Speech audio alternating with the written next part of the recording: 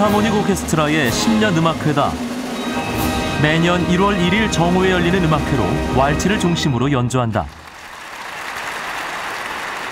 1842년 창단된 빈 필하모닉 오케스트라는 오랜 역사와 최정상의 연주로 오스트리아의 자존심으로 불린다. 빈 필하모닉의 이런 병석은 일찍이 하이든과 모차르트 그리고 요한 스트라우스 부자로 이어지는 음악가들이 빈을 최고의 음악 도시로 만들어 놓았기 때문이다. 어디서든 쉽게 음악을 들을 수 있고 또 보인다. 오늘의 여행지는 음악의 본고장 오스트리아다.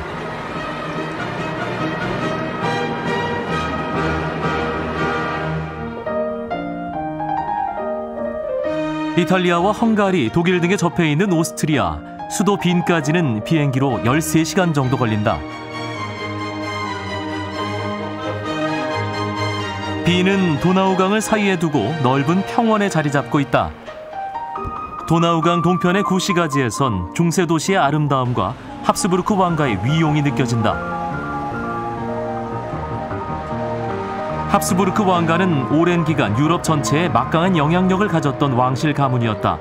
빈은 최고의 음악가들을 배출한 도시이며 클림트와 실레 등 세계의 화가들을 길러낸 문화 중심지이기도 하다. 시민들의 자긍심도 대단하다. Die innere Stadt alleine ein Traum ist, zum Spazierengehen, zum Erholen. Es gibt so viele Lokale, so viele kulturelle Ausstellungen, so viele Museen. Es gibt so viel zu erleben und zu machen und jede Woche aufs Neue und das ist einfach toll. 오스트리아에서 가장 멋진 고딕 건물로 꼽히는 슈테판 대성당. 빈 필하모닉과 함께 오스트리아를 대표하는 빈 소년 합창단이 미사 때 노래하는 곳이다. 하이든과 슈베르트도 그 단원이었다. 한때 베토벤도 합창단 반주를 맡았고 모차르트는 지휘를 하기도 했다.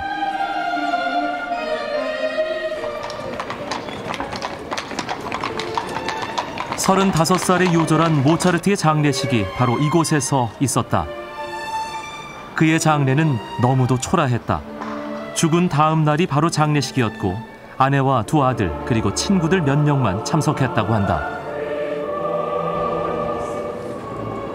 모차르트의 연구마차가 있었던 곳은 관광객을 위한 마차들의 대기 장소로 쓰이고 있었다.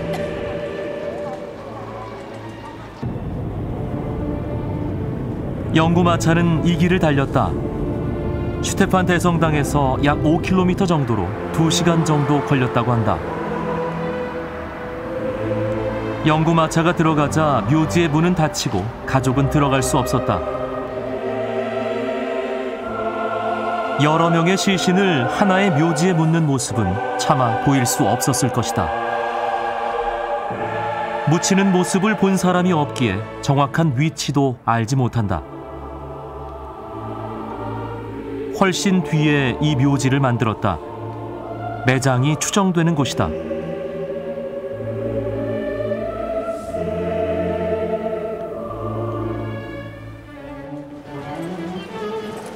모차르트 기념관을 찾아가 봤다. 오페라 피가로의 결혼을 이 집에서 작곡했다고 알려져 피가로 하우스라고 불린다. 모차르트는 25살의 비내와 죽는 날까지 살았다. In dieser Zeit ist 13-mal umgezogen, also in 10 Jahren hat 14 Wohnungen in Wien. In der Wohnung da unten hat 2,5 Jahre gelebt, das ist die längste Zeit, die er in einer Wohnung verbracht hat. Und Wien zur damaligen Zeit hat also so ausgeschaut, da haben Sie einen schönen Blick. Noch umgeben von den alten mittelalterlichen Stadtmauern.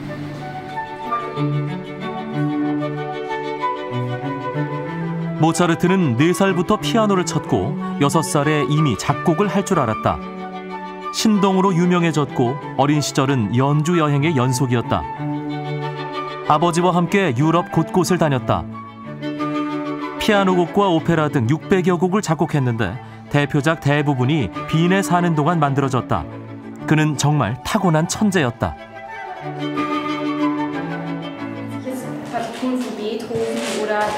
Haydn oder Schubert anschaut, sieht man, wie die durchgestrichen haben und wie die wirklich gearbeitet haben. Das sieht man bei Mozart nicht, sondern der hat das im Kopf schon gehabt und dann einfach niedergeschrieben und es war perfekt. So, das hier sind jetzt die Musikerkollegen. 모차르트의 사생활을 엿볼 수 있는 전시실도 있다. 26살에 결혼해 6명의 자녀를 낳았지만 아들 둘만 장성했다.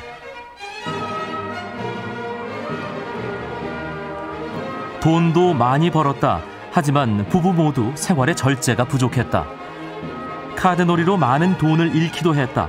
말년의 생활은 매우 궁핍했다. In dieser Oper macht er sich eigentlich lustig über den Adel und über die Aristokratie.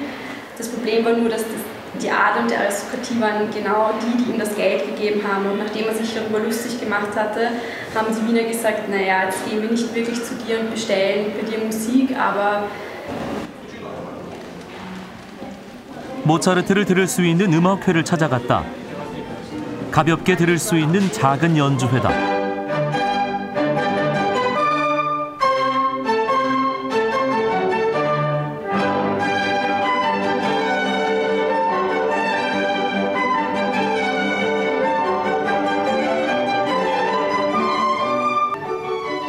베토벤이나 슈베르트는 순탄치 않았던 인생이 음악에 배어있다. 적당히 무겁고 때론 격정도 느껴진다.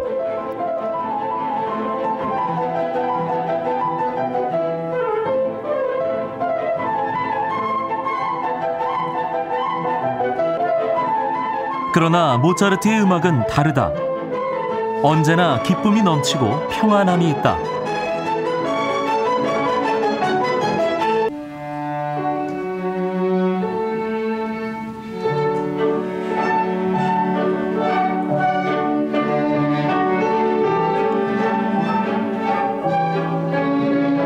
연주는 아름답고 푸른 도나우강으로 이어진다.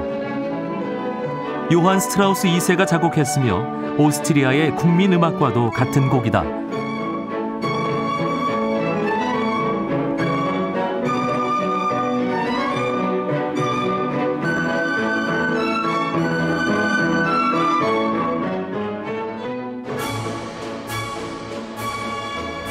요한 스트라우스 2세는 오스트리아의 민속음악 정도였던 왈츠를 세계의 음악으로 끌어올렸다. 특히 42살 때 만든 이 곡은 프러시아와의 전쟁에서 패해 의기소침해 있던 국민들에게 희망과 용기를 주었다. 독일의 알프스 산맥 자락에서 시작돼 오스트리아와 체코, 루마니아 등을 거쳐 흑해로 흘러드는 도나우강은 아름다운 주변 경치로도 유명하다.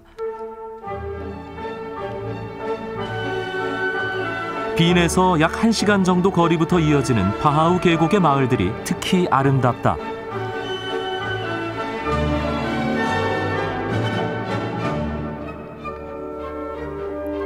중세 도시와 고성, 수도원 등이 강과 어우러진다. 약 36km 구간이 유네스코 세계문화유산으로 지정돼 있다.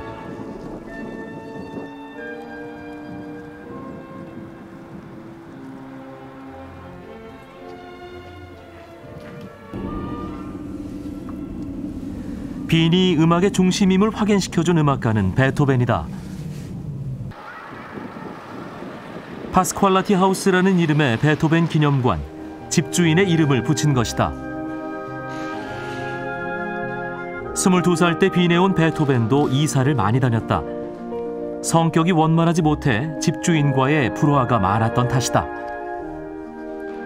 그러나 이 집의 주인은 베토벤을 이해했고 또 배려했다. 8년 동안 이 집에서 살며 운명 교향곡을 비롯해 4개의 교향곡을 작곡했다.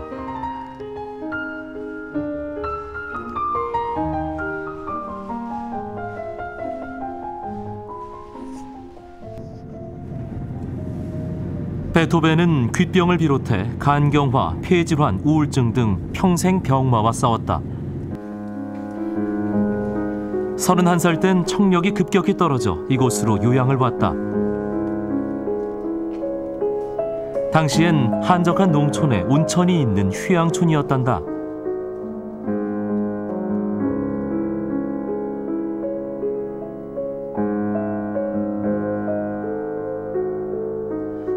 그가 살았던 집엔 당시의 이곳 풍경화와 장례식을 그린 그림 등이 전시돼 있다.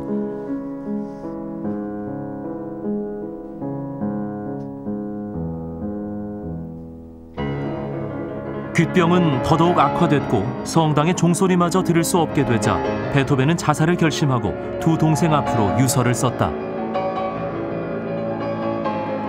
자신의 원만치 못한 성격에 대한 해명이 대부분이다.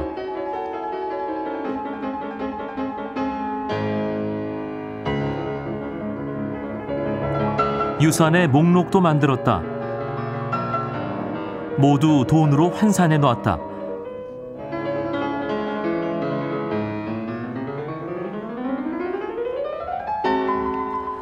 종소리를 들을 수 없었다는 성당은 꽤 가까이 있었다. 그의 방에서도 보일 정도다.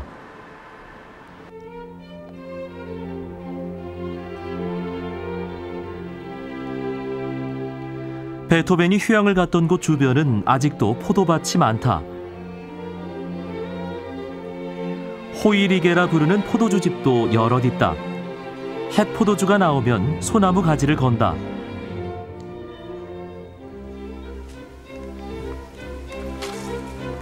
베토벤이 걸었던 산책로도 보존돼 있다. 베토벤은 산책을 즐겼고 산책을 하면서 곡을 구상했다고 한다.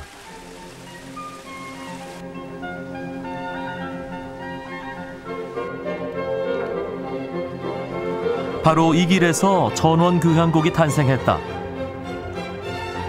자살을 결심할 만큼 힘든 상황에서도 평온한 곡을 만들었다.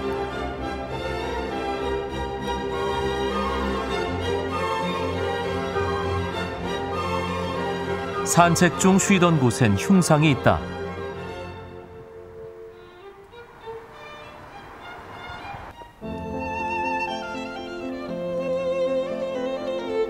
베토벤이 자주 들렀다는 호이리게 포도주집을 찾아가 봤다. 그가 살았던 집 바로 옆이다.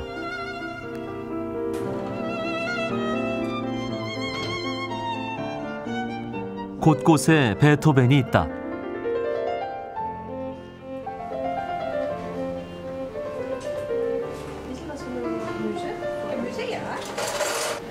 이곳에선 손님이 직접 음식이나 안주를 고른다.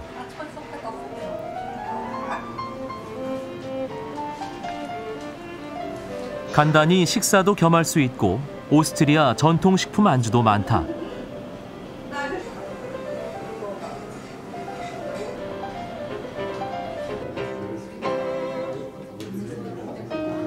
자신이 고른 안주를 홀로 가져와 포도주를 주문한다.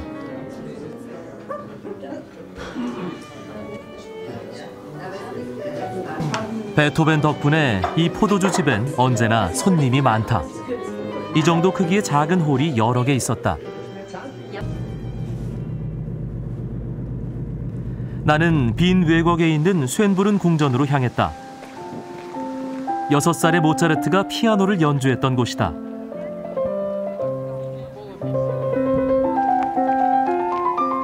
모차르트를 부른 황제는 마리아 테레지아.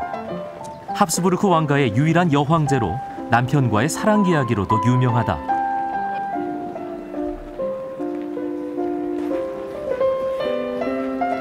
마리아 테레지아는 빈에 유학 와 있던 프랑스의 공작 프란츠 슈테판과 19살 때 결혼했다. 그는 유럽 최고의 미남으로 소문나 있었고 마리아 역시 유럽 왕실 제1의 미녀 공주였다. 23살의 여황제로 즉위하자 슈테판은 애써 정치에 무관심했다. 정원을 가꾸거나 수석원을 만드는 등 왕궁을 가꾸는 일에 열중했다.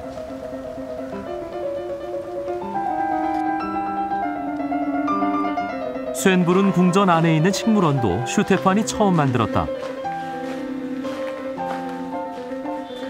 당시로선 식물원을 만드는 것도 또 유리로 대형 온실을 지은 것도 처음 있는 일이었다.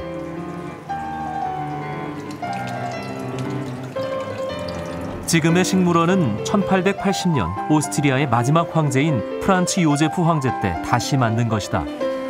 세계 최대 규모의 온실이었다. Besucher haben wir schon, das ist eine gute Frage, 160.000, 180.000 Besucher pro Jahr. nicht schlecht. Als es damals 1880 geöffnet wurde, wurde es damals schon für die Öffentlichkeit gedacht oder war es damals eine reine Ja, es war für die Forschungsstation? Öffentlichkeit gedacht. Schon unter Maria Theresias Zeiten wurden Teile des Schönbrunner Schlossparks der Öffentlichkeit zugänglich gemacht. Das haben wir jetzt 1775. Ja. 왕궁 안에 동물원도 만들었다. 유럽 최초의 동물원이다. 이렇게 왕궁을 꾸미는 일에만 열중하며 정치에 무관심한 척하는 남편에게 마리아 테레지아는 매우 순종적이었다고 한다. 부부간의 금슬도 좋아 16명의 자녀를 낳았고 슈테판이 먼저 죽자 16년 동안이나 상복을 벗지 않았다고 한다.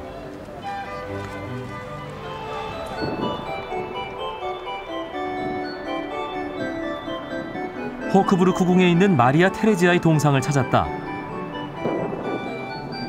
그녀는 18세기 유럽의 격동기를 슬기롭게 이겨낸 황제이기도 했다.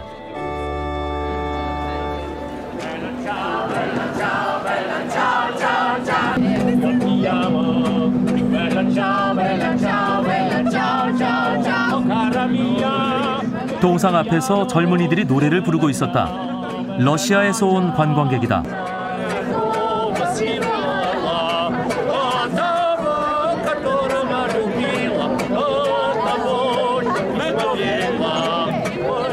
집시 아저씨와 관광객의 합창, 음악의 도시 빈다운 모습이라 생각해본다.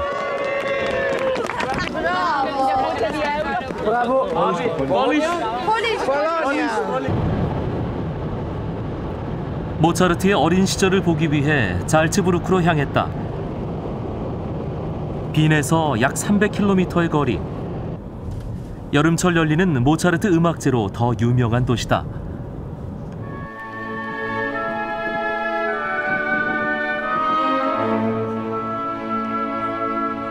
모차르트의 동상은 구시가지 한복판에 있다. 탄생 100주년을 기념하기 위해 세웠다. 모차르트의 두 아들이 참석했고 음악가였던 둘째가 축하 연주를 했다고 한다.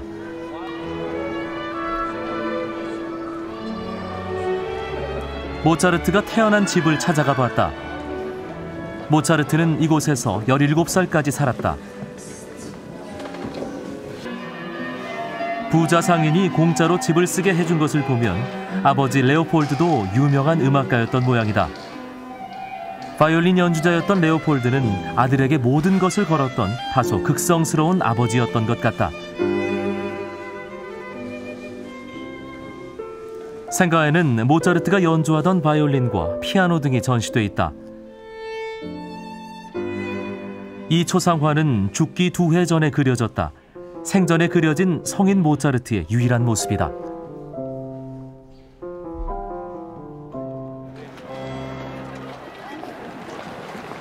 잘자흐강을 사이에 두고 양편의 시가지를 이룬 잘츠부르크.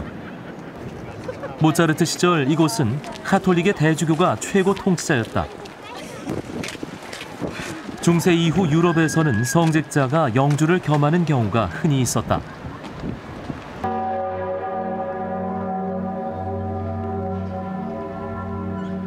가장 높은 언덕에 대주교의 성이 있고 바로 아래가 잘츠부르크 대성당이다. 당시에 이곳 음악은 성당을 중심으로 이루어졌고 모차르트 부자도 예외가 아니었다.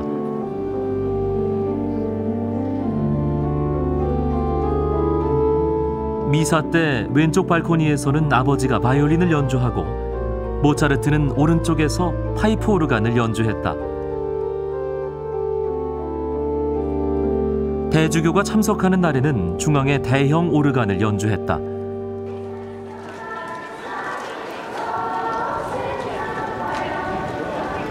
성당에서 나오자 어린아이들의 노랫소리가 들렸다. 성당 앞 무대에서 자주 열리는 공연의 하나다.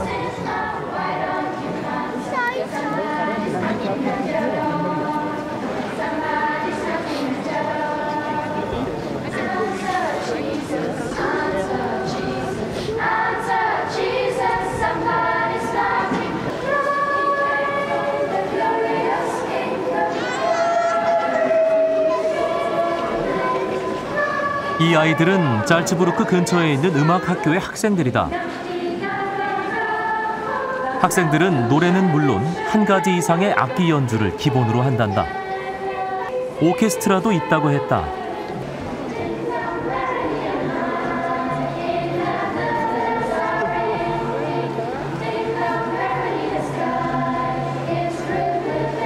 전교생이 참여한 듯 합창은 1시간가량 이어졌다. Es ist für uns eine große Freude, hier zu singen. Wie alt sind die Kinder? Die Kinder sind 10 bis 14 Jahre alt und müssen bei uns eine Aufnahmeprüfung machen, wenn sie in den Musikzweig gehen wollen. Und die sind auch mit Feuereifer immer dabei. Großen Spaß an der Musik. Das ist auch unser Motto, Spaß an Musik. Das geht durchs ganze Jahr, dieses Thema. 대주교의 별궁이라고 할 수 있는 미라벨궁을 찾았다. 17세기 초 볼프 디티리라는 대주교가 그의 애인을 위해 지은 궁전이다. 독일 상인의 딸인 애인과의 사이에서 15명의 자녀를 두었다. 당시는 성직자의 결혼이 금기는 아니었다.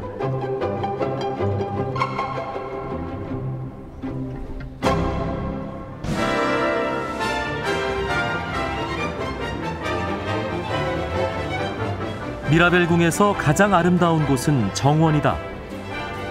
장미 정원을 비롯해 여러 구역으로 나누어져 있고 다양한 조각들이 아름다움을 더한다.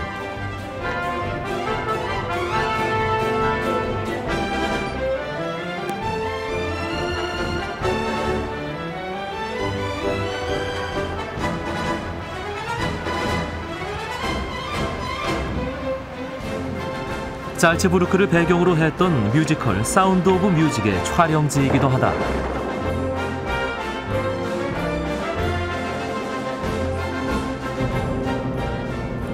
소금의 성이란 뜻의 잘츠부르크는 그 이름처럼 소금 생산으로 발전해온 도시다. 시내에서 가장 가까운 소금 광산을 찾아갔다. 지금도 암염을 캐고 있었는데 갱도 일부를 관광객에게 개방하고 있었다.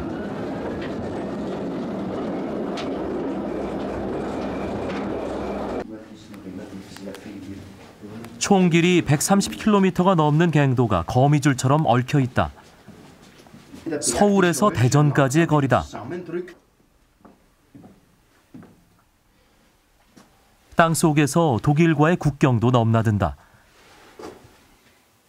Haselgebirge und hier sehen wir diese Salzadern, die sich hier durch den Berg ziehen. Das ist sogenannter Halit. Ja? 이 광산에서 소금을 캐온 역사는 3000여 년 전으로 거슬러 올라가지만 언제부턴가 채굴은 중단돼 산속에 방치돼 있었다고 한다. 8세기에 다시 채굴을 시작해 암염이 유럽 전역에 팔리면서 잘츠부르크는 유럽에서 가장 번영한 도시 중 하나가 됐다. Sehr verdichtetes Salz, das sind reine Salzkristalle schon. Also das wird dann wieder angereichert. Das sind eben normale Salzsteine.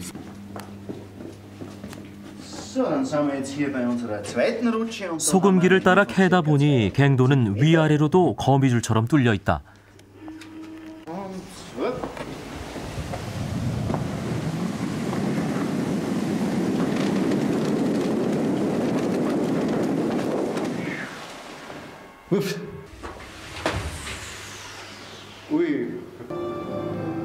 군데군데 넓은 공간도 만들어 광산의 어제와 오늘을 전시해놓고 있다.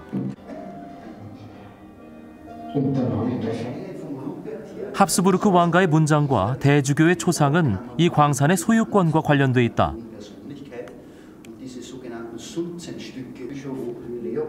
이 광산을 방문했던 대주교의 초상화도 있다. Die Besitzer waren ausschließlich die Erzbischöfe in ihrer Zeit, angefangen vom sogenannten Heiligen Rupert, das war der erste Bischof in Salzburg, und unter seiner Patronanz wurde hier das Salzwesen wieder aufgenommen. Ja. 잘츠부르크 인근의 소금 광산은 모두 7개. 가장 아름답다는 광산 도시를 찾아갔다.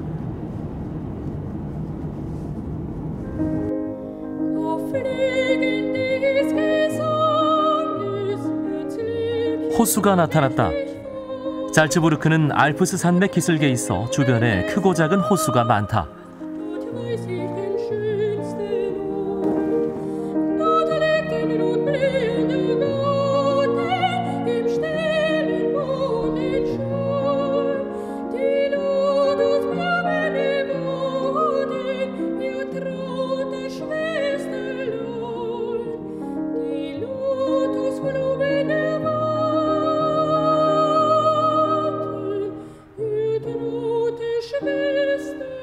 호수 건너편이 소금 광산으로 만들어진 도시인 할슈타트다.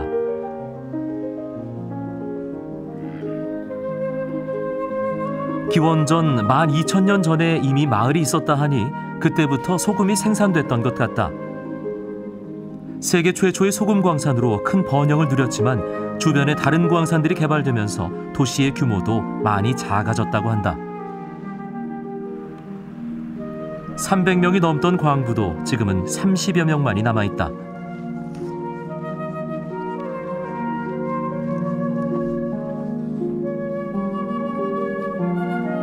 마을 제일 높은 곳에 있는 교회를 찾아가 봤다. 앞마당은 묘지다. 묘지의 크기도 작지만 100여 기도 안 된다. 묘지를 쓸 수 있는 땅이 절대 부족하다 보니 매장 후 어느 정도 시간이 지나면 다시 파서 별도의 공간에 유골을 안치했다.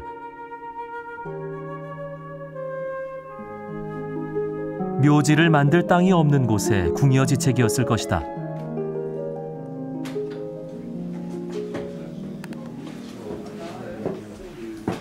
Das Salzbergwerk in Hallstatt ist das älteste Salzbergwerk der Welt. Ja? Und geht zurück also in die Urgeschichte, in die Keltenzeit vor allem, wo der Salzbergbau massiv betrieben worden ist. Aber es gibt in der Zwischenzeit also Funde aus viel früherer Zeit. Die ältesten Funde, die man jetzt hat, die sind 7000 Jahre alt. Beim Neueinrichten. 할아버지는 그 증거를 보여준다며 나를 지하실로 안내했다.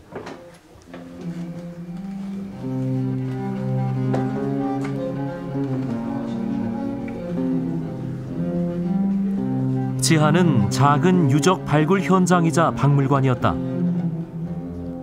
10여 년 전 보일러 설치를 위해 지하실을 파다가 발견했다고 한다.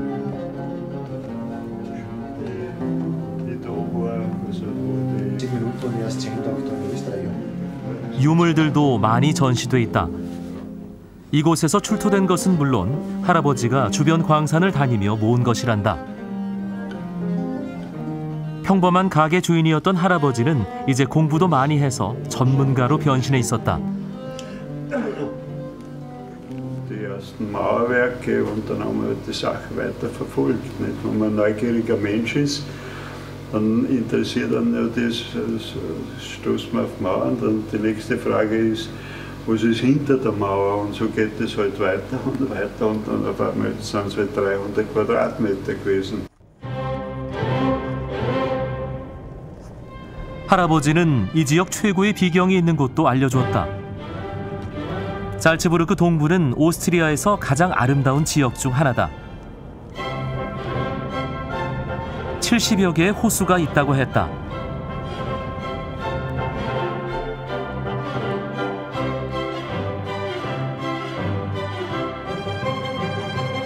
다흐슈타인, 지붕산이란 뜻이다.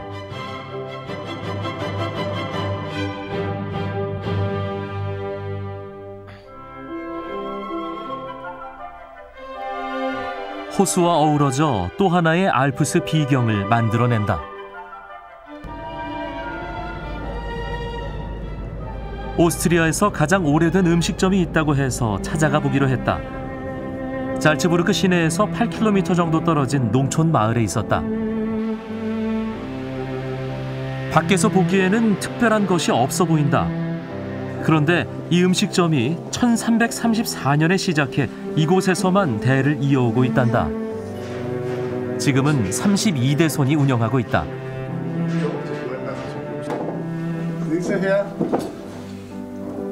주인이 곳곳을 보여줬다. Das ist der Ur.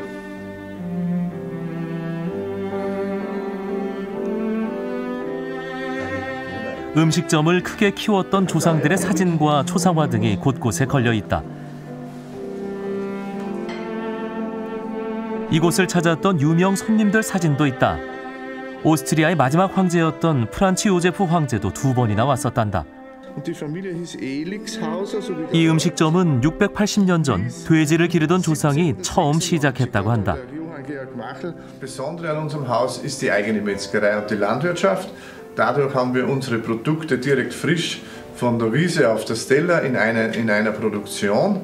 Und es ist einfach so, dass derjenige, der weiß, welchen Wert dieses Lebensmittel hat, wenn er von der Wiese über die Kuh, über das Kalb bis aufs Teller hat, dann geht man mit diesen Waren sehr vorsichtig um. Und wir wissen, wie wertvoll unsere Lebensmittel heute sind. 주방도 보여줬다. 10여 명의 요리사가 바쁘게 움직이고 있었다. 특별한 손님이 올 때는 주인이 직접 요리한단다.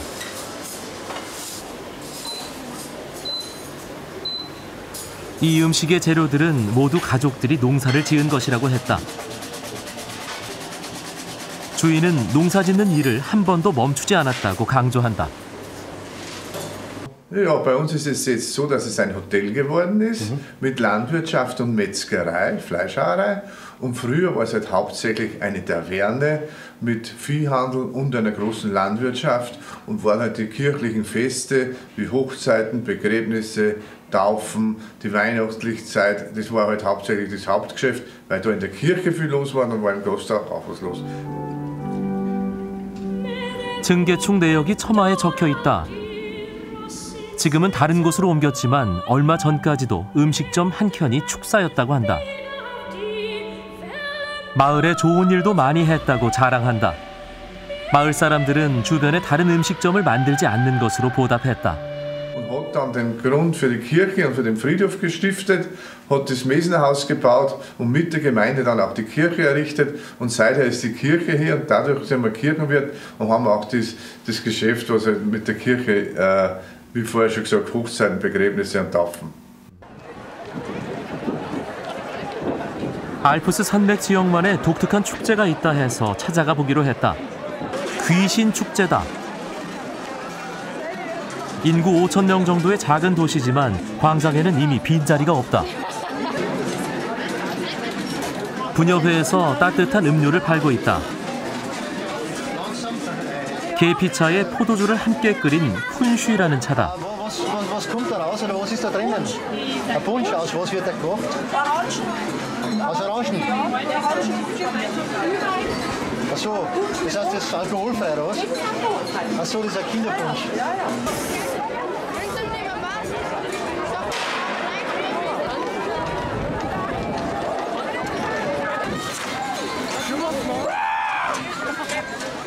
마차를 탄 귀신이 깡통을 두드리는 것을 신호로 귀신들이 등장한다.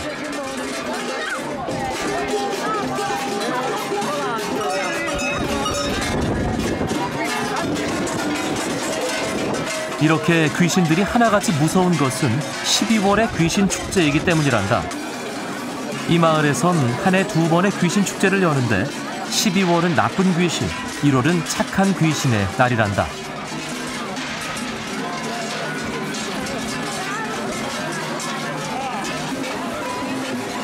귀신은 뜻하지 않은 곳에서도 나타난다. 허리에 여러 모양의 깡통을 차서 요란한 소리가 난다.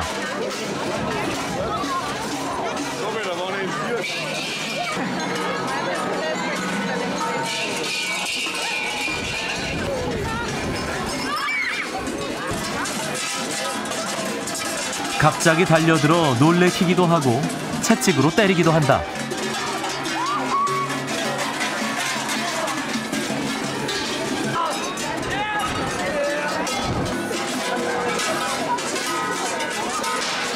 밤이 긴 겨울철 12월에 무료함을 달래기 위해 시작된 것이라고 한다.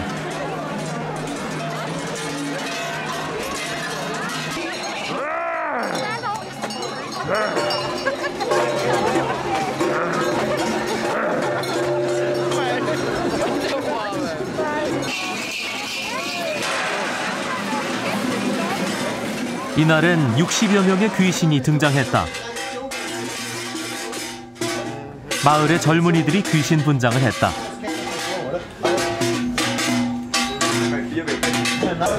Tradition, eine vorweihnachtliche Salzburger ist oder typisch österreichisch. Wir laufen maskiert mit Fellanzügen durch die Leute. Haben eine Rute in der Hand. Es ist ein bisschen Die Strecken ein bisschen schaurig, das kommt ganz gut an. 오스트리아는 클래식 음악의 중심지이기도 하지만 왈츠와 요들송의 발상지이기도 하다. 요들이 생겨난 곳을 찾아가 봤다. 잘츠부르크에서 200km 정도 되는 인스부르크는 티롤 지방의 중심 도시다. 도나우강의 지류인 인강 양편에 자리 잡은 인스부르크는 무역으로 발전된 도시다.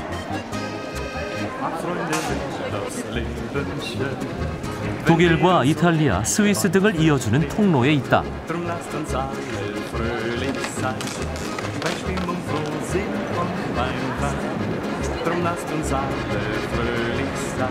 아름다운 자연 풍경과 함께 사냥, 낚시 등을 즐길 수 있어 합스부르크 왕가에서는 별궁을 지었다.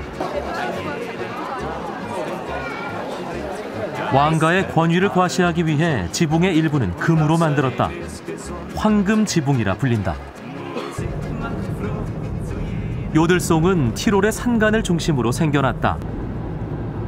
목동들이 소를 불러 모으기 위한 노래였다.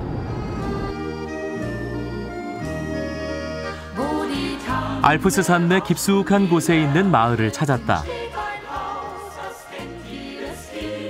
깊은 계곡 속에 자리 잡은 이 마을에는 농경지가 없다. 산기슭을 깎아 목초지를 만들고 말이나 소를 기른다.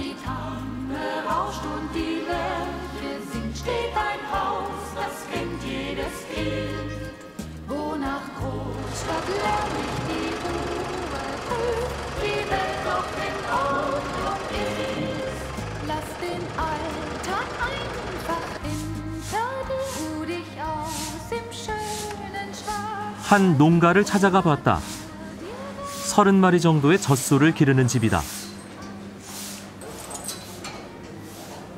소들은 건초를 먹고 있었다. 목초지에서 베어 말린 것이다. 사료는 거의 먹이지 않는다고 했다.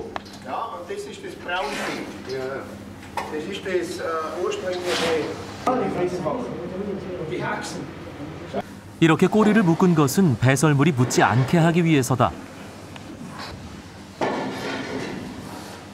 젖소들은 체계적으로 관리되고 있었다. 우유 생산량도 매일 기록한다. 먹이에 가장 많이 신경 쓴단다. Dann ist das der zweite Schnitt, sagen wir, das ist das Chromat. Und dann gibt es den Boffel, das ist das dritte. Das, was praktisch im Juni geerntet wird, Juni geschnitten Im Juni, wird? Oder im Mai ist der August, erste und im Ende Juni, Anfang Juli ist dann der zweite Schnitt. Und der dritte ist dann im August. Man kann auch 4 Schnitte machen im September noch. 국가에서도 적극적으로 지원한다. Mehr die stabilen Kühe braucht man halt, nicht mehr die zusammengemolkenen Kühe, weil die sollen für dauerhaft halten oder halt, die sollen besser sein. Länger fruchtbar. So wie er es momentan hat, und dass sie fruchtbare Kühe sein. Und das ist halt das momentan heutzutage. Dass auch stabile Kühe sein, so wie er momentan jetzt. Und das ist ja ein bisschen bezogen auf die Landschaft. Im Berg oben, in die Täler haben sie viel Grauvieh und wir haben halt Braunvieh und Fleckvieh.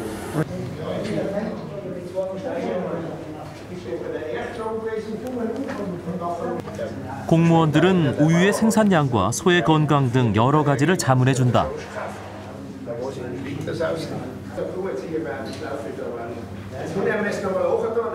이야기 끝에 요즘도 요들을 부르는 사람이 있나 조심스럽게 물어봤다. Alle nur jodeln dann. Nein, das ist die Lage ganz schwierig.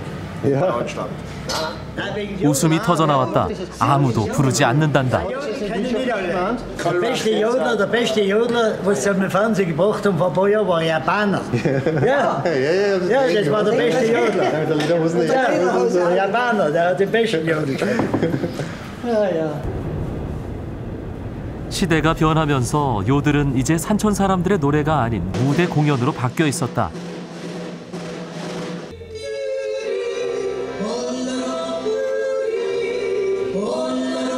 다행히 티롤의 민속보존회가 마련한 조촐한 공연을 볼 수 있었다.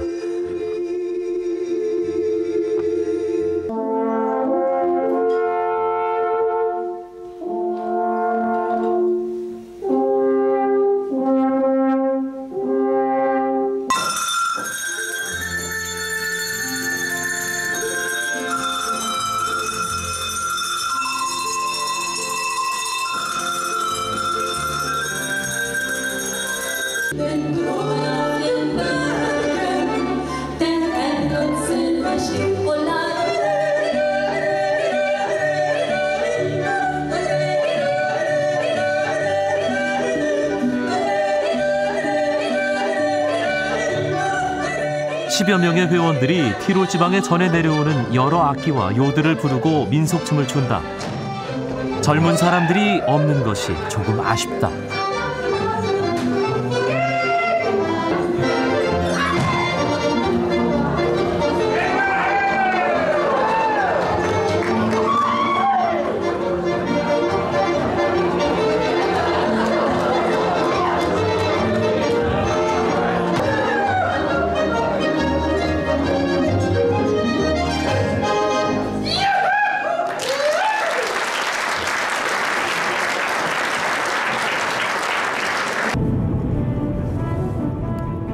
알프스 산자락을 한 바퀴 돌아 다시 빈으로 돌아왔다. 건물도 아름답고 곳곳이 문화재이며 이야기가 서린 곳이다.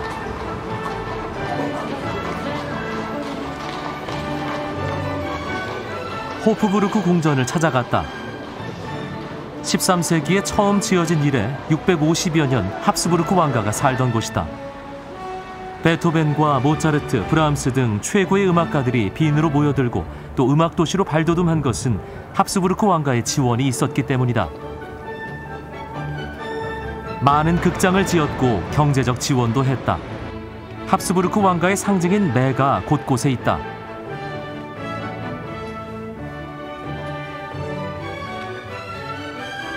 (2,400여) 개의 방이 있을 만큼 규모도 크다. 황제가 바뀔 때마다 그 권위를 과시하기 위해 증축에 증축을 거듭했기 때문이다. 1차 세계대전을 일으켰던 프란츠 요제프 황제까지 이 왕궁에 살았다.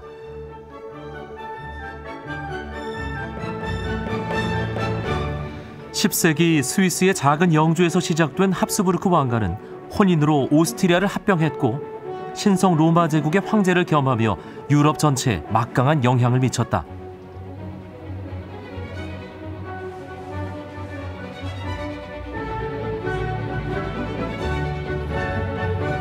제국의 왕들은 상당수가 연주에 능했고 작곡도 할 줄 알았다. 자연스럽게 빈은 음악의 중심이 됐고 당대 최고의 음악가들이 모여들었다. 합스부르크 제국이 끝난 지 100년. 그러나 빈은 여전히 음악의 도시임을 분명히 보여주고 있었다. 매일매일 새로운 공연이 줄을 잇고 음악회 티켓을 파는 사람들의 모습 또한 익숙한 풍경이다. 안녕하세요. Today you can see the Mozart with orchestral music, piano. 오케스트라와 피아노 연주, 오페라 등 모든 티켓이 다 있단다.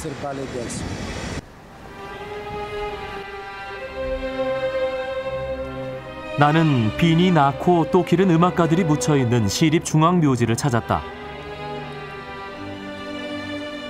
길이만도 8km에 이르는 큰 묘지로 500만 개가 넘는 묘가 있단다. 지금 빈 인구의 3배에 가깝다.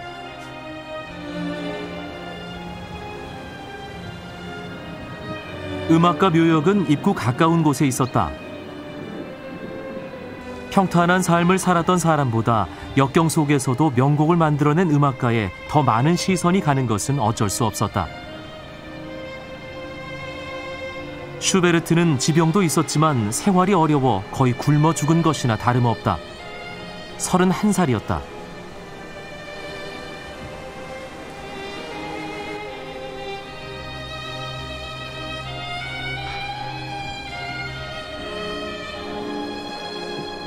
기념비만 서 있는 모차르트도 애틋하다.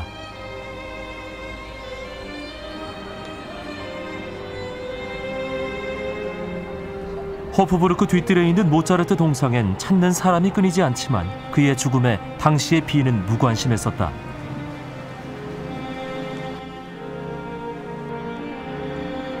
모차르트에 대한 아쉬움이 컸던 탓일까? 베토벤의 장례식엔 2만여 명이 모였다. 운구도 힘들 정도였다고 한다. 그로부터 70년 후 요한 스트라우스 장례에는 10만 명의 시민들이 장례 행렬을 지켜봤다. 하이든에서 시작해 브람스 그리고 지휘자 카라얀까지 음악의 문외한들도 다 아는 위대한 음악가들을 배출했고 또 수많은 명곡을 탄생시킨 빈. 음악이 있어 빈은 더욱 아름답게 보였다.